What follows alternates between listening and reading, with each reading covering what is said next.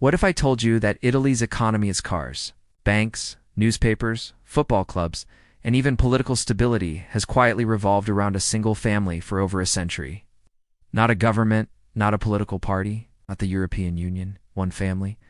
They rarely give speeches. They don't run for office. Their name doesn't appear on ballots. Yet when they move, Italy's economy feels it. Jobs disappear. Markets react. Governments negotiate. This is not a conspiracy story. This is a power story. Okay. Because real power doesn't announce itself. It embeds itself so deeply into a system that it becomes invisible. So who are they? How did they rise? Why does Italy still struggle to escape their shadow today?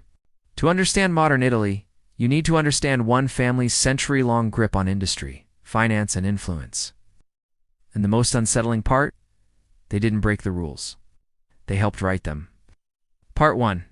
Setting the stage: Italy before the family. To understand how a single family could shape an entire national economy, we need to go back to the late 19th century. Italy was young. Unified only in 1861, the country was still fractured economically, culturally, and industrially. The North was beginning to industrialize. The South remained largely agricultural. Capital was scarce, infrastructure was weak, and the state desperately needed industrial champions. This was the perfect environment for a private empire to grow. At the time, Europe was entering the age of machines.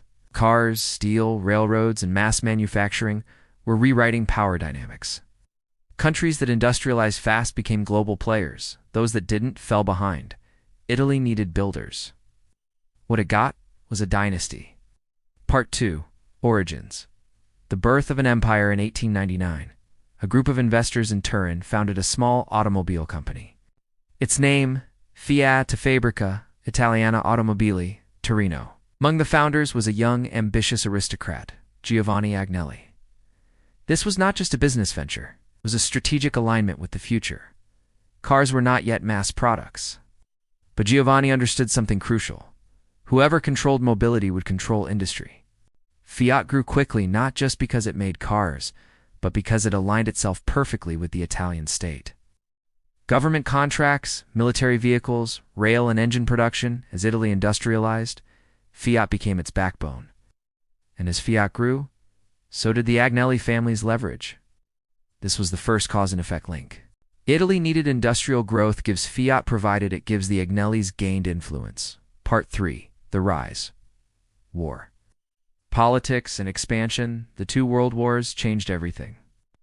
During World War I and World War II, Fiat became indispensable. Aircraft engines, military trucks, Fiat produced them all, or did two things. 1.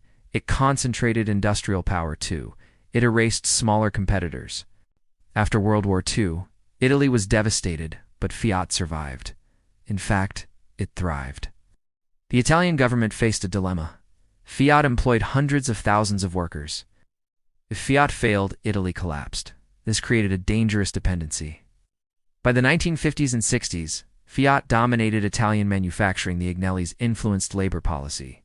Turin became the industrial heart of the nation. But the family didn't stop at cars. They expanded quietly.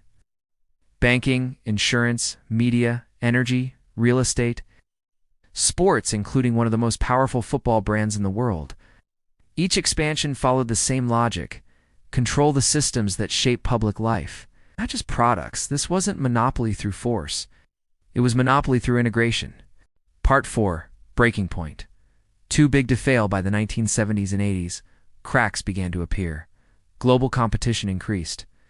Japanese and German car makers were more efficient. Fiat struggled with productivity. Labor unrest exploded. Strikes paralyzed factories. Fiat was bleeding money. But here's where the story takes a critical turn. Fiat didn't fail. Why? Because it couldn't. The Italian government stepped in again and again. Bailouts, tax relief, regulatory protection. This created a moral hazard. If Fiat succeeded, the family profited. If Fiat failed, the public paid. This pattern repeated for decades. Private control, public risk. And slowly, quietly, Italy's economy became locked into preserving one corporate ecosystem no matter the cost. Part 5. Fallout. The modern transformation. By the 1990s and early 2000s, the Agnelli empire evolved. Fiat transformed into a holding structure. Control became more abstract but more powerful. The family consolidated assets under investment vehicles that owned stakes in automobiles, banks, media groups, global corporations. Fiat itself eventually merged and transformed into a global auto giant, no longer fully Italian, yet still deeply tied to Italian policy. Jobs moved abroad, factories closed. Italy lost industrial capacity, yet the family's financial power increased. This is a critical cause and effect moment. Italy lost manufacturing, gives financial control, replaced industrial control. The power didn't disappear, it changed form. Part 6: Failed Fixes. Why Italy couldn't escape successive Italian governments promised reform. They tried. Privatization, labor reform, competition laws, but each fix ran into the same wall. When one group controls employment, credit access, media narratives, political relationships, reform becomes negotiation, not transformation. Itali's economy stagnated. Growth lagged behind Europe. Youth unemployment soared. Public debt ballooned. And the system that once built Italy now limited it. It's not because of malice, but because concentrated power resists change by design. Part 7: Modern Parallels. The pattern repeats. Here's where this story stops being about Italy, because the pattern is global. Families controlling conglomerates.